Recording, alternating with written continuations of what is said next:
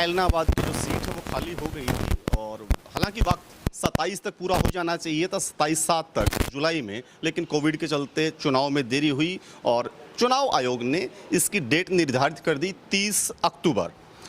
दो पार्टियों के कैंडिडेट पहले आ चुके थे। कांग्रेस को लेकर के कसमकस थी कि कांग्रेस किस पर अपना दांव खेलती है। अब से कुछ देर पहले कांग्रेस ने पवन बेनीवाल के ऊपर विश्वास जताते हुए उनको अपना उम्मीदवार बनाया है। पवन जी से हम लोग बात करेंगे। पवन जी, सबसे पहले तो आपको बधाई हो कि इस रण में आप उतरेंगे। बहुत बहुत धन्यवाद जी आपका। किस तरीके से लेते हैं इस पूरे के पूरे चुनाव को? चुनाव को किस तरीके से, चुनाव को चुनाव के तरीके से लेंगे और कांग्रेस पार्टी पूरी दमखम से लड़के और इस चुनाव को जीत के दिखाएंगे जी। मुद्दे क्या रहेंगे सर? क्या लगता है कि ज़मीनी हकीकत क्या है इस हलके की? इस हलके की ज़मीनी हकीकत, पहली बात तो जी किसानी का मुद्दा है, जो सारे हरियाणा, पंजाब, राजस्थान से ऑल इंडिया का मुद्दा है। सबसे बड़ा तो मुद्दा वो है।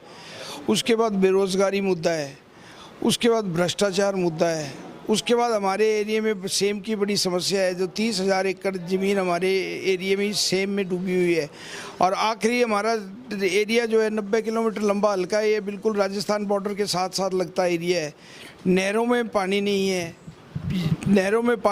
टेल पे पानी नहीं जाता नहरों के। ये बड़े मुद्दे हैं।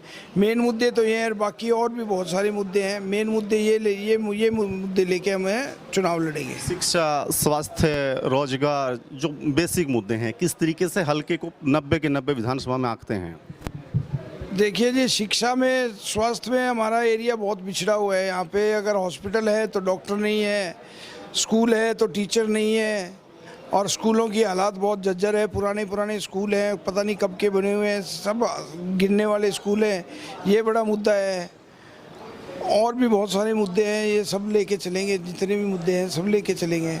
पवन जी, जो आपको जानने वाले हैं और वो भी जो आपको नहीं जानते हैं, सबके दिमाग में एक चीज़ है कि पवन जी के पास ऐसा कौन सा वो मंत्र है जहाँ पे भी जाते हैं कुछ न कुछ ले के उठते हैं।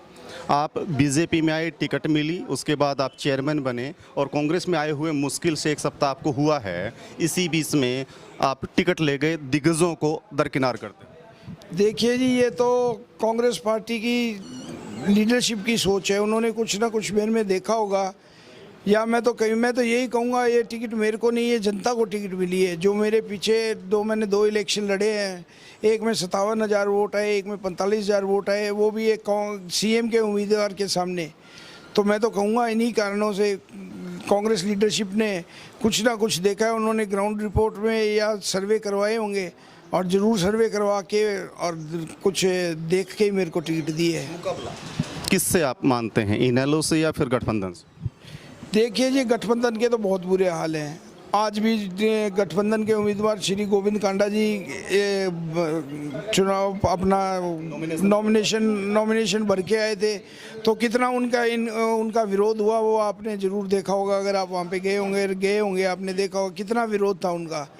तो उनका तो बहुत विरोध है। उनके तो हालात ये हैं भी वो शायद गाँव में भी उनको घुसने ना दें लोग।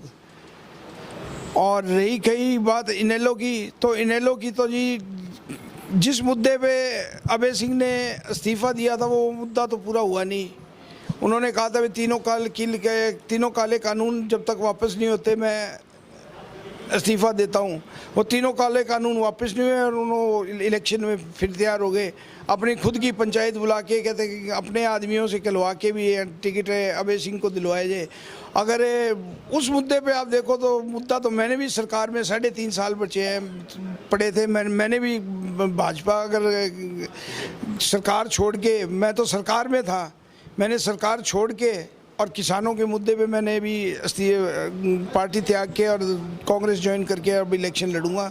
तो त्याग तो मैंने भी बहुत बड़ा किया है जी। अभय सिंह की ओर से लगातार दावे ये है कि पहली बात तो हम लोग अच्छे अंतर से पहले जीते थे, किसानों को लेकर के हमने इस्तीफा दिया था, किसानों का समर्थन हमें मिलेगा, बहुत बड़ी जीत रहेगी। कुछ इस तरीके के दावे उनके कार्यकर्ताओं की तरफ से और उनकी तरफ से लगातार आते रहे हैं। देखिए, दावे तो हर एक कोई जो भी खड़ा होता है जी, इंडिपेंडेंट भी खड़ा होगा वो भी जीत के दावे लगाएगा। ये तो जीत के दावे लगाने एक अलग बात है, असली हकीकत एक बात है। जब इलेक्शन बनेगा तब आप देख लेना, आप यहीं रहोगे इलेक्शन के दौरान, आप देख लेना कैसे इलेक्शन बनता है और कितने एक बड़ा अंतर से जीतेंगे। कौन जीतेगा वो आपको पता लग जाएगा। आखिरी सवाल मेरा आपसे है, आप सरकार में रहे हैं, बीजेपी के साथ आप रहे हैं, किसानों के मुद्दे को अगर छोड़ दिया जाए तो सरकार के कार्यकाल को, सरकार के काम और विकास को, जैसा कि दावा वहाँ होता रहा है और उस समय शायद आपने भी गिनवाए होंगे वो चीज़ें क्योंकि आप उसका हिस्सा थे, किस तरीके से आंकते हैं?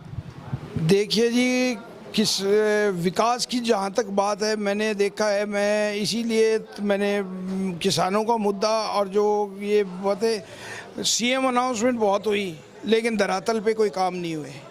सीएम अनाउंसमेंट कर दी भी ये बनाएंगे, मैंने जो यहाँ पे मेरे भी 2 नहरों का निर्माण की थी, एक पुल था, एक मेरे यहाँ पे लाला लाजपत राय रीजनल सेंटर का सीएम अनाउंसमेंट हुई थी और इस सेम की समस्या को हटाने के लिए इसके लिए भी सीएम अनाउंसमेंट हुई थी, लेकिन धरातल पे कोई काम नहीं हुआ जी। इससे नाराज़ होके और लोगों के काम नहीं होने की वजह से मैंने भाजपा छोड़ के और कांग्रेस ज्वाइन की थी और इसी वजह से मैं इलेक्शन लड़ रहा हूँ आज। आपके पास एक तगमा भी था, चेयरमैन थे आप, पार्टी का हिस्सा भी हैं, टिकटार्थी भी रहे हैं, चुनाव भी लड़ा था। क्या आप मानते हैं कि वहाँ रह करके आप हल्के का विकास उस तरीके से नहीं करवा पाए जिस तरीके से आप सोचते थे, या फिर उसमें अड़चनें क्या रही? बिल्कुल, अड़चनें तो जी जैसे सरकार ने अनाउंसमेंट कर दी, अड़चनें कुछ नहीं रही, लेकिन उन्होंने काम नहीं हुए जो मैं चाहता था। जिस तरीके से मैंने जी कि अनाउंसमेंट हो गया तो फिर उसके बावजूद भी ज़मीन पर क्यों नहीं उतर पाया? उसके बीच की वो कौन सी ताकतें थी जो उन कामों को रोक रही थी, जिससे आपको लगा? तो वो तो सरकार ही थी जी, सरकार अनाउंसमेंट कर रही थी, काम नहीं कर रहे, और मैं क्या, कोरे वायदे थे, इसके अलावा कुछ नहीं? कोरे वायदे थे और कुछ नहीं था। चलिए, बहुत बहुत शुक्रिया सर आपका कीमती वक्त देने के लिए। तो ये पवन बेनीवाल जो कांग्रेस के उम्मीदवार बनाए गए हैं वो हमारे साथ थे।